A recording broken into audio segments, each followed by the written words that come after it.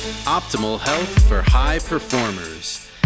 This is the Health Upgrade Podcast with Dr. Nawaz Habib. Hello, everybody. Welcome back to the Health Upgrade Podcast. This is Dr. Habib, and we have a wonderful guest, a repeat guest, somebody that came on just about a year ago, I believe it was, or maybe last summer. But Cathy Eason. How are you, Cathy? I'm well, thank you. It's a pleasure to be back. And I think it was last summer. It's hard to remember, but I just saw you last week. So it's all a little bit of a blur. Yeah, exactly. We had a great time in New York at the Integrative Healthcare Symposium and shared some good times, good laughs, good steak, all that fun stuff. Wonderful. I'm excited to chat with you today. We're talking today about upgrading the perimenopause experience. And I think this is a great time for this particular conversation. Perimenopause has really come into the light, and particularly on the health and wellness side of things. We're seeing perimenopause being talked about on social media and podcasts. It's all over the place. And really what we're trying to do, and I think what needs to happen, is an understanding of what perimenopause truly is, talk about what is actually happening within the body during this experience, and why so many women are suffering through this experience rather than what we can potentially do to upgrade that experience for many of these women that are going through these challenges. So let's first dig into this idea of perimenopause and discuss what it is from a definition, from a biology standpoint, from a physiology standpoint. What is happening during perimenopause? Yeah, thank you. This is a great starting point because, first of all, I'm so glad we are talking about it more because as a postmenopausal woman, this information that is coming out now would have been super helpful to me, recognizing signs that I just took as stress, fatigue, I'm overworked, I'm, underfueled, I'm not exercising the right way. But now looking back, we know that there are these very obvious common biological and physiological shifts in women as hormone fluctuation starts to change. So from a definition standpoint, perimenopause begins the transition of a woman's menstrual cycle regularity and reproductive capability in her life to one of ovarian follicle stimulation is slowing down, estrogen levels and all the other hormones are fluctuating in, quite a yo-yo fashion in a lot of women.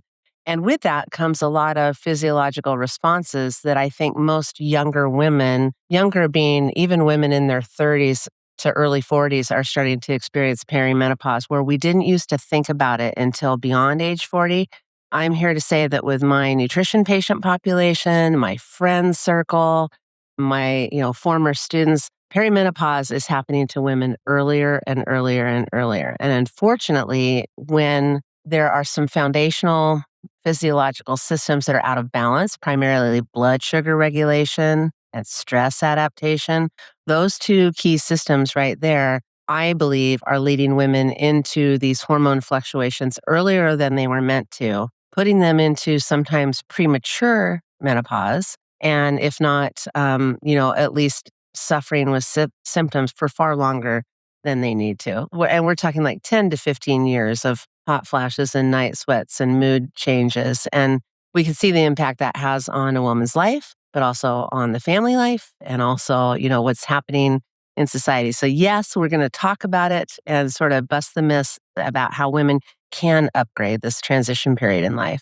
I think it's such an important topic for us. A lot of the research that's been done in the past had everything to do with the assumption that women were small men. And I don't think we can frame the world in that way anymore. We're realizing that the biology of a female is different than a male, and we really do need to be aware of what's happening. And in terms of what perimenopause is, I like to reflect on this reproductive period in women's lives. And we're realizing that puberty is kind of the initiation of that reproductive capability, hormone arousal. We're having new hormonal fluctuations. Development is happening in this way that's structured by hormones.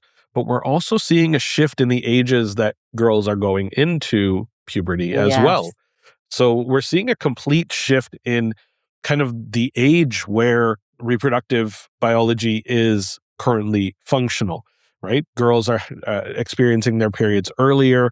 They're having their first menses. They're having these transitions earlier. And that's a sign that something is dysfunctional or dysregulated in our society. And that parallels very well with this idea that perimenopause is starting earlier and earlier for so many women. And fertility rates have gone down significantly. And we're dealing with so many reproductive challenges. So let's talk a little bit about what these specific perimenopausal symptoms and challenges are and why they tend to be happening a little bit earlier. Yeah, boy, we could talk for hours about, the environmental toxin exposure that everybody's faced with, but this is impacting young women. We could talk about blood sugar regulation, which we've mentioned already, and simply the lack of robust nutrition in a young person's life that does not set the stage for proper hormone balancing going forward. And then they grow up with those habits, right? And so kids are not in the kitchen as much as, maybe I was back in the day. And all those things we see, the impact of EMFs and too much screen time and not enough nature and not enough sunlight and all the things we could talk about.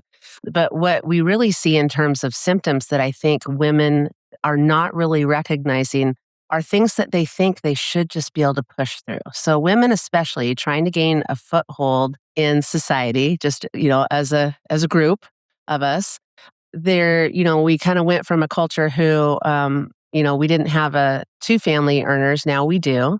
And women are working, but they're also mothers and they have busy lives with their families and they're racing to get it all done and then feeling like a failure when they don't. So what do?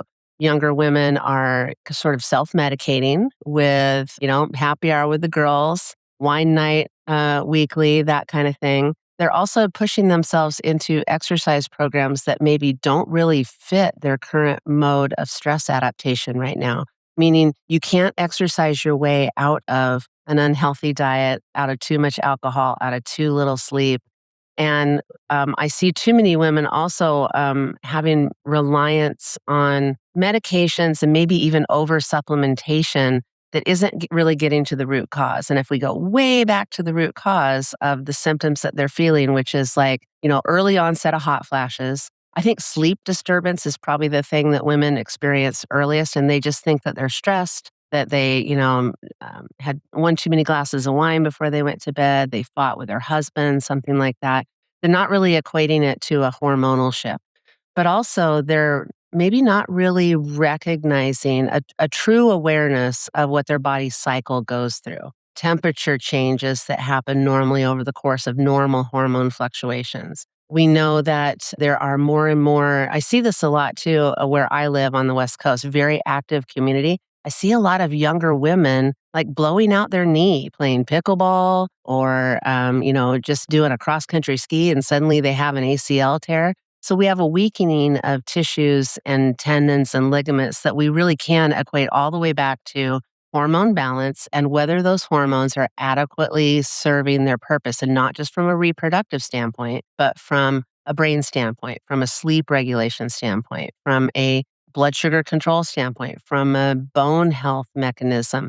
And then underlying all of that, and what I study so much, is the role of nitric oxide, the primary vasodilator of our vascular system that keeps blood flowing. And when we keep blood flowing, we keep oxygen flowing throughout the body. We increase mitochondrial function and it gives us more energy.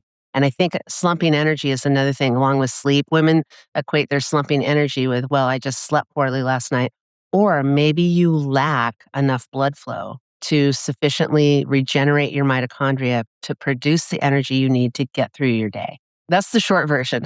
There's so many more signs we could look for. Yeah, you mentioned blood flow there. And I think when there is dysfunctional or dysregulated blood flow, it affects so many different functions within the body. And I think that is probably one of the bigger pieces to the puzzle here for a lot of these women that are dealing with high stress and they're not able to get toxins out and they're not able to get oxygen and nutrients to the tissues that are requiring these, right? They're not able to get that blood to the muscles. They're not able to get the toxins out of the liver as effectively, right? Things are just not flowing in the way that we want them to. And that's where nitric oxide really does come in to help with this. But there's one organ that I think is of highest importance here, and that is the brain. We tend to see so much cognitive dysfunction, memory issues, brain fogginess, right? Just these things that seem harmless at the beginning, but really are a progression towards neurological conditions and challenges that can happen later on in life. Let's talk a little bit about that blood flow brain connection and how it's so important for cognitive function and to eliminate these symptoms when they first start up. Yeah, so crucial to that. So, just consider that if you have a garden hose of blood flow carrying oxygen and nutrients to your brain and you put a crimp in it, what's going to happen? Well, you are going to have reduced blood flow, reduced oxygenation, and guess what your brain relies on? It relies on glucose and oxygen to function. And so we start to see these changes. And I'm so glad you brought this up because it's probably something I overlooked in perimenopause was my own lack of mental clarity, which we now call brain fog, and just sort of not finding the words. A woman's son walks into the room and she kind of can't remember his name for a minute, that kind of thing. And it is so crucial to keep that blood flowing for a couple reasons. First of all, to keep those channels of nutrition and oxygenation and waste removal flowing to the brain. But we also know that nitric oxide, the signaling molecule that opens up that blood flow, it plays a role in regulating our neurotransmitter balance. It plays a role in talking to the hypothalamus to help regulate hormone secretion and utilization. It also talks to the pineal gland to help you balance your sleep cycle. It talks to the anterior pituitary to help contribute to the stress response. And I think that's the big key is that one thing we know about nitric oxide is it does help tone the autonomic nervous system in sort of that chicken and the egg fashion. You need the nitric oxide to tone the vagus nerve, but you also need the vagus nerve and all the activities we do or we should be doing to try to calm and tone and strengthen that vagus nerve function. They have to work in concert with each other to keep brain function happening. I know if I miss a dose of nitric oxide daily, and I eat lots of dietary nitrates in my diet, I know if I miss it, my brain function is different. I don't necessarily fall back into brain fog, but I notice that lack of focus and ability to kind of, I don't believe in multitasking. I believe we should single task really well, but we can think about other things. And I notice that when I lose that capacity, if I do not keep that blood flow to my brain optimized. I think that's such a unique and important point for people to understand, right? When multitasking specifically, this idea of multitasking in itself is not a great idea. We've seen this across the board. Women tend to be a little bit better at it than men, but we're still not able to kind of get ahead when we're thinking about and doing multiple things at the same time. You're right, we can think about all these different things, but doing, like actually focused task work is huge. When it comes to cognitive dysfunction, brain fogginess, you can't even control that because your mind is just constantly rolling without anything actually getting done. And that is a sign of excess inflammation, lack of neuronal connectivity, and that's a sign of low vagal tone and low nitric oxide function. Right? Yeah. Low nitric oxide levels. Exactly. Go for it. Compounded with the lack of waste removal because we don't have adequate blood flow. So that, every physiological process has some waste to be cleared from the tissues that it's functioning in. And when we're not doing that, and we're also, compounding it with environmental toxins, chemical toxins, home cleaning toxins, body care toxins, all those things. I think that's also the trap that perimenopausal women got caught in is, you got to make your home smell like an apple pie, and you've got to make your car smell like a forest instead of just actually baking an apple pie and going to the forest. Yeah, we've definitely overburdened the body with toxins, and the brain is so vulnerable to this. And you mentioned sleep disturbances, and I think I want to dig in a little bit on that sleep piece because we talk about this a lot. Sleep is one of the most important things that we need to do for our body. And what happens during sleep is particularly the opening of the aquaporin channels from the blood vessels that are going into the brain, allowing for clean, nutrient-dense, nitric oxide-dense blood flow into the CSF fluid of the brain, and the emptying and clearing of the toxic burden within the brain out into the meninges, out to the venous blood flow back to the heart to be filtered and cleaned out. That is the glymphatic system. And that system is reliant on nitric oxide functionality and on vagal tone. When we have high vagal tone and high nitric oxide functionality, we're able to allow for that flow to occur. And when we do that, nutrients can get in and toxins can get out. But if people are not sleeping well because they're dealing with hormonal dysregulation, melatonin is off, estrogen is dropping, things are just not moving effectively. And in addition to that, just as you mentioned, compounding this, low nitric oxide, low stress capabilities, high sensitivity to stress, the bucket is full or filling and it's close to the leaking over the edge side of things, that's where the problems start to build up. That's where the symptoms really start to show up. And so we really need to focus on creating an environment where sleep is optimized, where toxic burden can be dispelled, eliminated. Yes, we want to stop bringing in as many of those environmental toxins around us as possible. But at the same time, we really need to work on clearing out what is getting in, because we can't ever fully eliminate toxins entering our body.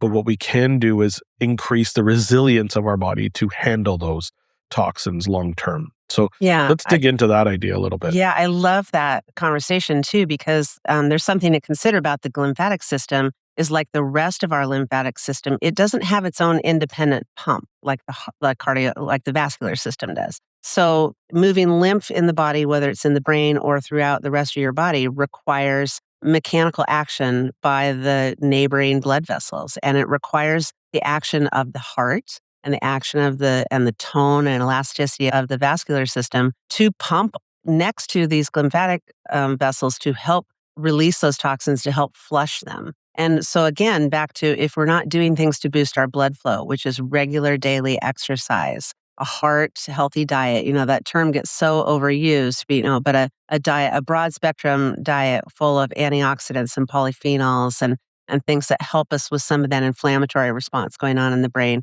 If we're not practicing regular, normal nasal breathing, if we don't have some kind of, grounding practice to get us out in nature and get us to sort of feel one with the earth, if you will, all those things, in addition to avoiding the toxins as much as we can, all those things contribute to helping clean out that glymphatic system.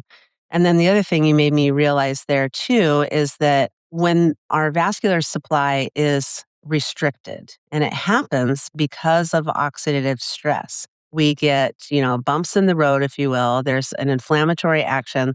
The inside of the blood vessel, the endothelial tissue is degraded. The body's immune system, in its innate intelligence, sends a patch and repair process, whether it's, dropping in some cholesterol to put down a little Band-Aid or, coagulating some platelets, that have not, fully flushed through. Those things then contribute to increasing oxidative stress, increasing damage to the vascular supply to the brain, the endothelial tissue in particular. Now, that's where nitric oxide is naturally produced within the body, so that starts to decline. At the same time, for women, the drop in estrogen is also declining nitric oxide output, because we know that the nitric oxide enzymes in the body have to function near activated estrogen receptors. So all of this contributes to the perfect storm that starts to look like depending on where you look, the 48 to 100 signs of perimenopause that women might complain of. And there are things we don't always think about. You've come home from a long day at work, you've put dinner on the table for the kids, you've given them a bath, you've put them to bed, and you're carrying a basket of laundry upstairs, and now you're out of breath. Why are you out of breath? You're 35 years old. That's not it's a daily activity that you do all the time. What's happening there? What's happening there gets all the way back to your increased oxidative stress, your nitric oxide not working so well, your blood flow not working so well, the loss of glymphatic flushing. Now you went upstairs and you can't remember why you went upstairs. And then your husband says one wrong thing to you and you throw the laundry basket down, and slam the bedroom door and go to bed. So I will you can attest paint to lots that. of these. I will attest to that story Was that as happened a in your home? first-person experiential Yeah, thing. I may have also been that person. It happens. We've painted a pretty bleak picture of this, and I think it's fair enough because there are a lot of women that are suffering through this challenge, and I really want to talk about what solutions exist here. How can we truly upgrade this experience that so many women are going through? Because there are things that you can do. We tend to paint this bleak picture without providing a lot of real inputs and real tools and real strategies. And we want to make this as practical as possible. So let's talk about some research that's been done and some new amazing products that have actually come to light and come to market finally that are intended to support women through this perimenopausal and menopausal experience. I'd love to dig into what Berkeley Life has brought into the world and how we can share this with everybody. Yeah. Well, before we dive right into that, as a nutritionist, I want to say, there is just an abundance of research showing that an antioxidant-rich diet, complete with fiber, complete with protein, complete with appropriate balance of fatty acids, your sort of standard Mediterranean diet has so much research behind it. And if, there's lots of fad diets out there, and I call them fad diets for a reason because they get hyper influenced. But if we really listen to the research and if we really think about some diets have a therapeutic benefit, but they're not meant to be used long term. If we really think about what is a well-rounded diet, it is a Mediterranean style diet, could be sort of regional to where you live, full of bright colors, full of fibers, properly prepared, nutrient-dense foods. I could go on for years about that. So I have to agree with you. And you were at my talk at IHS, so you know this, but there's a really great twin study that showed twins, so same genetics, they're eating different diets. And what was shown, and this was a really unique take, was the twin that was eating a more Mediterranean style diet, not as standard American, not high processed, a nice, clean, traditional even Mediterranean diet, had higher HRV than the twin that didn't. The diet played a role on HRV. And so I think that is a unique outlier in terms of where the research stands on nutrition. And we're actually able to show that HRV, heart rate variability, which is a direct sign of autonomic capability, autonomic flexibility, tied directly to the Mediterranean diet being utilized. That is just massive for people to understand. Not a massive change. It's not like we're going from a 30 HRV to 100 HRV. That's not the way it works. But considering genetics, considering upbringing was the same for a lot of these twins, the diet played enough of a role to have a significant increase on HRV versus the twin that was not doing the Mediterranean diet. Yeah, I looked up that study after your talk, and that is an incredible piece of evidence that they found. And I think it's very important. It also, so then again, because you and I have this love of nutrition as the backbone of health, from that Mediterranean style diet, broad spectrum colors and nutrients and things, we have to get our leafy greens in. And I know your grandmother's taught you this, but you have to get your leafy greens in, but you also have to chew your leafy green vegetables. The reason you need your leafy green vegetables is because they are rich in dietary nitrates and the corresponding antioxidants that help protect those nitrates from over-oxidizing the body. Dietary nitrates turn into nitric oxide, open blood flow, keep that brain flow happening, and keep that lymphatic system flushing. So key point there.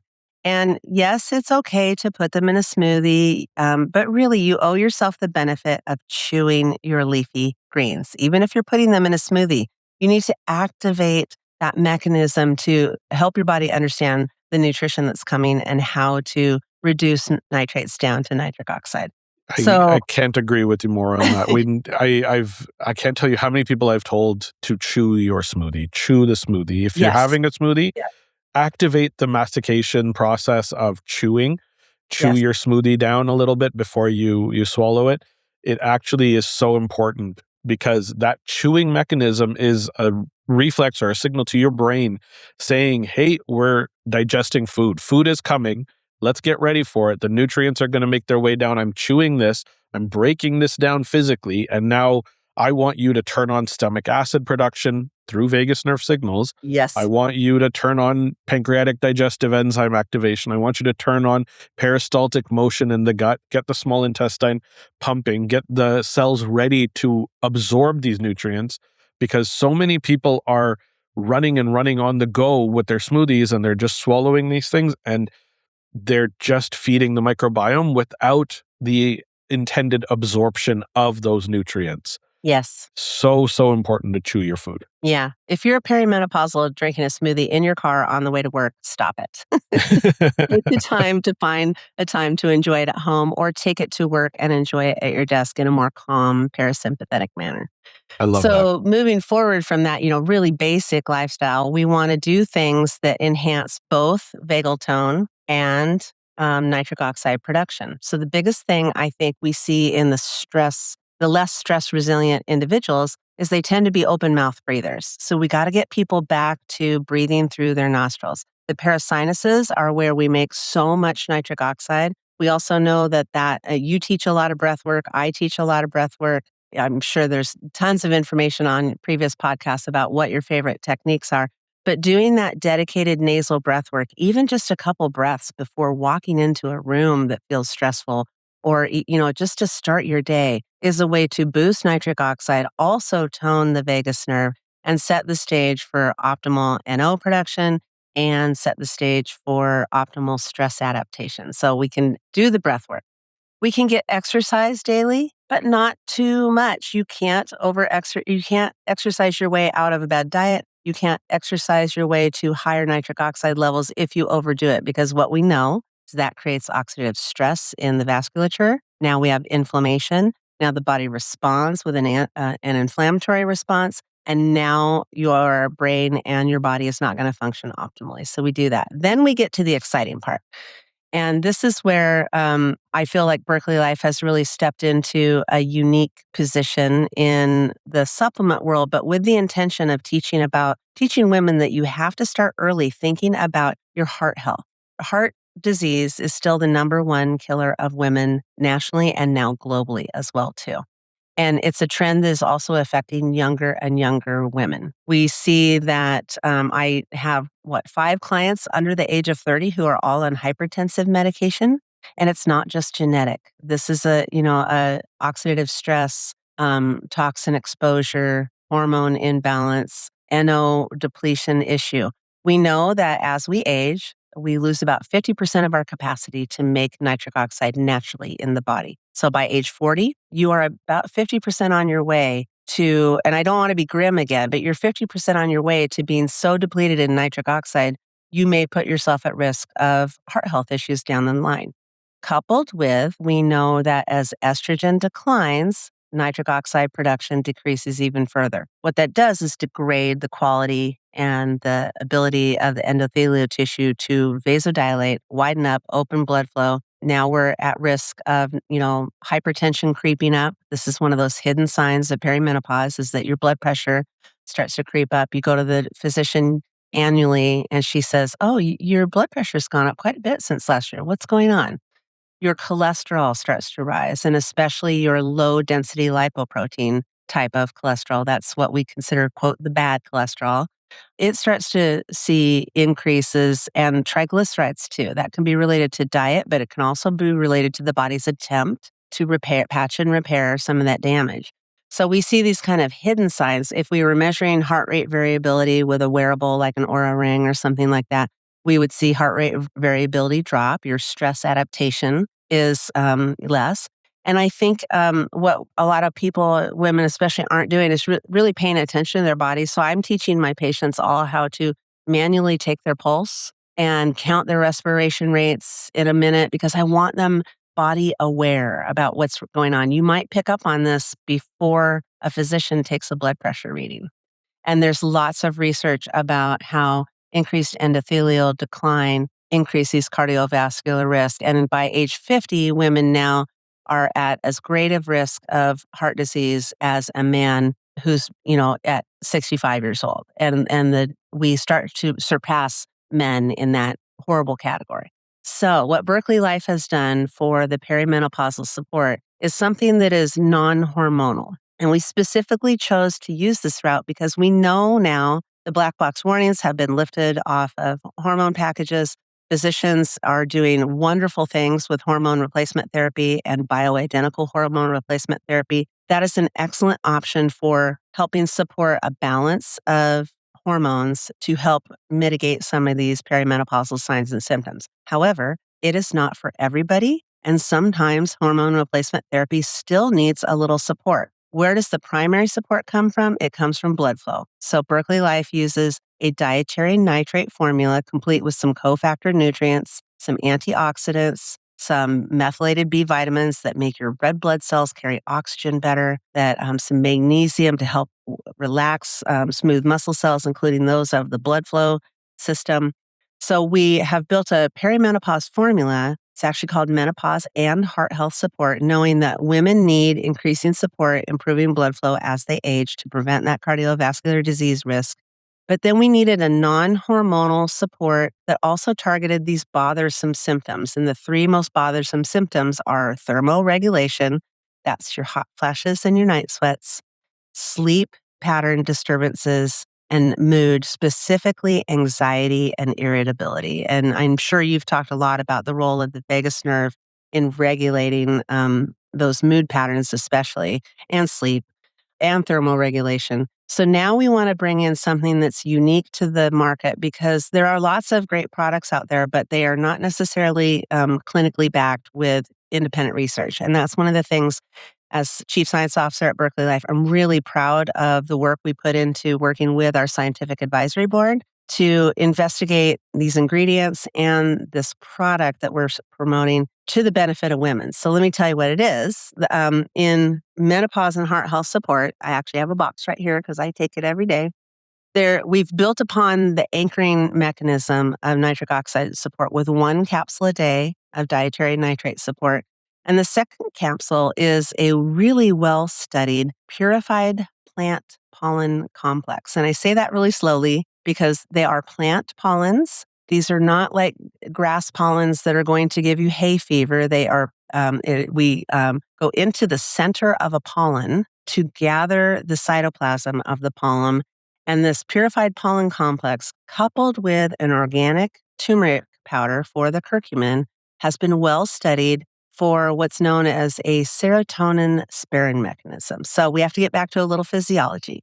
As estrogen declines, the regulation of estrogen over serotonin, your mood boosting neurotransmitter in the brain, it becomes dysregulated. And we start to see less serotonin hanging out in the brain. Now, what purified pollen complex has been shown to do, and what we're studying right now in our clinical trial that just started, and I'm so excited, we know that this purified pollen complex has the activity that it spares serotonin in the brain, specifically in the hypothalamic region. Now you've got your brain a little more awash in serotonin for a little bit longer. And what that does is serotonin not only regulates your mood, plays a role with, how you respond to GABA and dopamine, those two other neurotransmitters that play a role in our mood and our motivation and our anxiety. Serotonin also plays a role in thermoregulation. So it has a messaging back to the hypothalamus to say, hey, feels hot in here, express some heat. That's a hot flash. Serotonin can calm that response so that your body doesn't think it's on fire, doesn't need to express heat, doesn't need to increase your sweat rate. So it slows the frequency and the intensity of hot flashes and night sweats. And then finally, we know that serotonin also plays a role in speaking back to the pineal gland to regulate the sleep-wake cycle. And I think from a personal standpoint, when we first we were introducing the product, we just launched in December. I got an advanced bottle of the pollen complex and I started taking it. And it was again, back to the awareness. I didn't realize I was having anxiety. My anxiety wasn't showing up in the daytime. My anxiety was showing up in the evening while I slept. I was having nightmares. I was kicking people in my sleep. They were horrible nightmares. Like I was always being held captive and trapped and I needed to get out. So I was kicking. Therefore, I was kicking my partner in bed, which he didn't really appreciate. And when I started taking the pollen complex after about 2 weeks, I realized that the nightmares had gone away. And I started to put it together. I wasn't recognizing that as an anxiety response, but it was. I experimented. I stopped taking the pollen complex and the nightmares came back. So now I am still daily using 1 capsule of the purified pollen complex. And I have found such improvement in my sleep. I have found such improvement in that happy dream state now. I'm having creative dreams now, which is really kind of fun. And the research on this is really great because we know that even though we are sparing serotonin in the brain, it doesn't compound. It's not going to, you don't run the risk of building up too much serotonin in the brain. This is at a dose that keeps that from happening. The rest of the research also shows us that women are seeing results in 3 to 12 weeks. That's pretty good when you consider some women have been suffering from hot flashes for 10 years. 3 to 12 weeks is a pretty good response.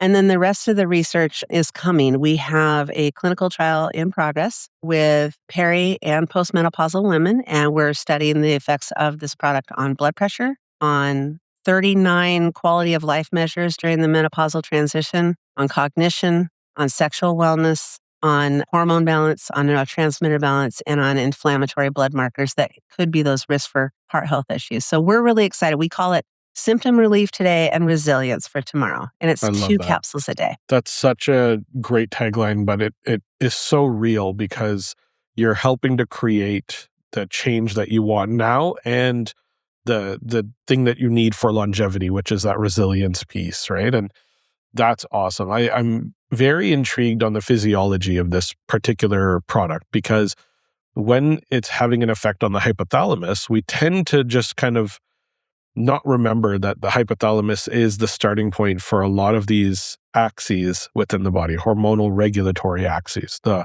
HPA axis, right? With the hypothalamic pituitary adrenal axis, which is where cortisol is going to be produced and put us into kind of a stress response mode through the adrenals.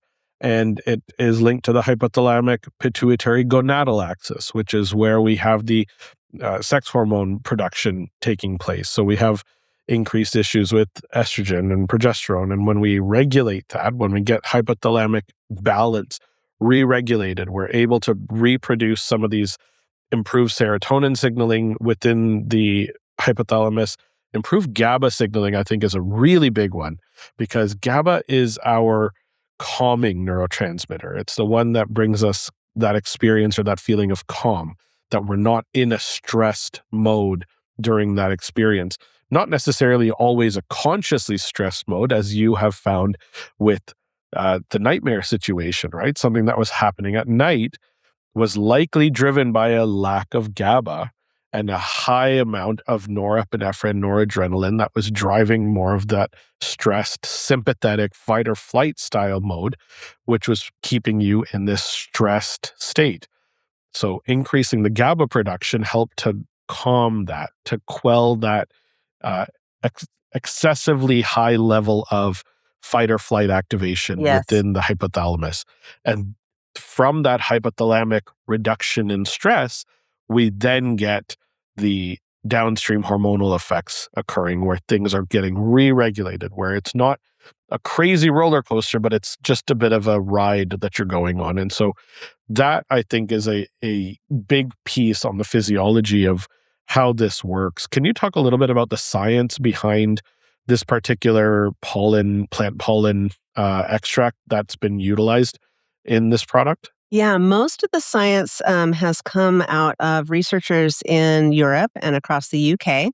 Purified pollen complex has been used successfully, specifically for reduction of menopausal symptoms. Interestingly, it also works for men. And, so even though women are not little men, as we sometimes are portrayed in the research world, there is a significant amount of research showing that the pollen complex may have an impact on prostate health. And again, because of that brain regulation of that neurotransmitter balance. I'm so glad you brought up that relationship of serotonin and norepinephrine, because that is a key part of the research and the physiology behind the pollen complex. Is by sparing serotonin in the hypothalamic region, it also triggers, the pollen also triggers a protein that opens the gate to allow norepinephrine to sort of recede and not linger so long as to create that stress response. And so I think that research is really interesting. Additionally, the research on the turmeric in the product, turmeric is known as a culinary herb, and it's been so well studied. It's one of those, beautiful plant compounds. I just bought some root last night so I could experiment with a recipe this weekend. But it's been so well studied. And so we included the organic turmeric because of the research on as an anti-inflammatory agent for its role in improving endothelial tissue repair. So contributing to that, we're supplying dietary nitrates to produce systemic NO. Systemic NO acts as an antioxidant and a pro-oxidant, but in the right balance, it acts as an antioxidant to help start to repair the oxidized tissue. And the combination of the turmeric and the nitric oxide repairing the endothelial tissue then has the direct impact of now the endothelial tissue is repaired. It can start producing nitric oxide again through its enzyme function on its own. This is a complementary pathway we're supporting, but we need both of them working really well. And the science and research is there for this combination of the pollen, the turmeric, and the nitric oxide together to do that endothelial repair. So this is what I consider very foundational tool. Some of the other research shows that pollen complex used in combination with HRT therapy makes the HRT even more effective. So we know that by boosting blood flow and repairing endothelial function, we also boost the ability of HRT to travel around the body so that hormones get to the tissues they're meant to get to.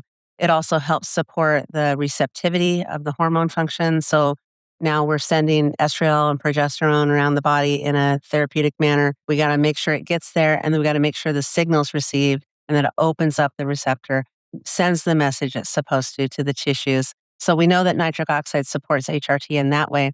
Research on the pollen shows that by calming that brain reactivity, HRT doses are kept lower, and which then equate to safer use and effective use over time.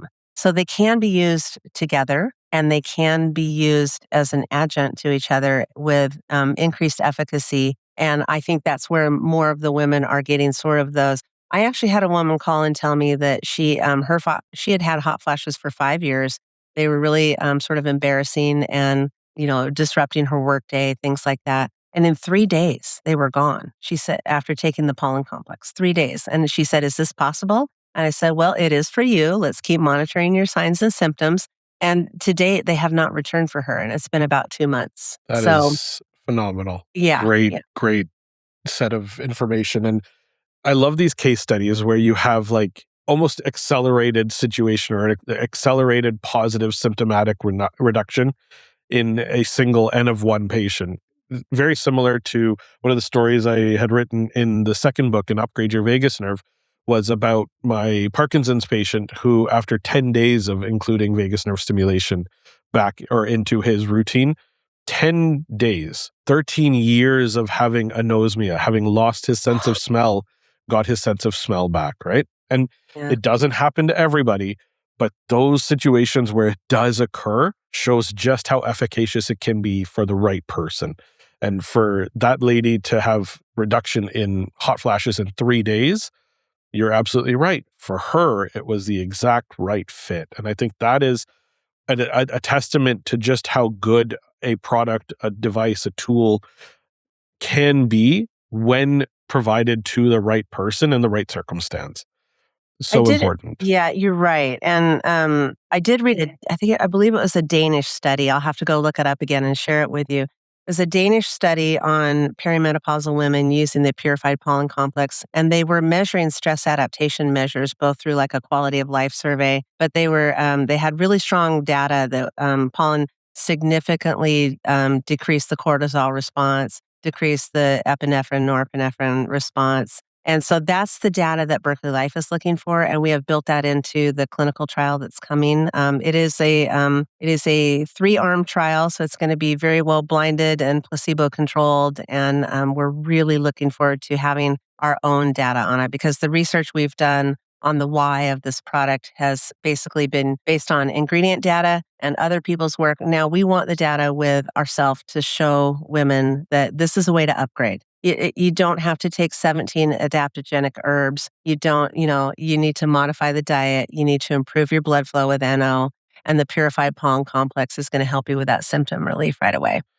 The thing I'm most excited about with this particular product is for women to experience less brain fog, to experience what feeling clear-minded again truly feels like, to have that memory back, to have a lack of stress sensitivity, to actually feel like they're capable of handling whatever gets thrown at them. And I just need this to be kind of the big takeaway, because when someone feels capable of handling stress, the story in their mind changes and it becomes one of empowerment, one of actually being able to step up and show up and be present and be able to resolve whatever that stressor or that challenge is.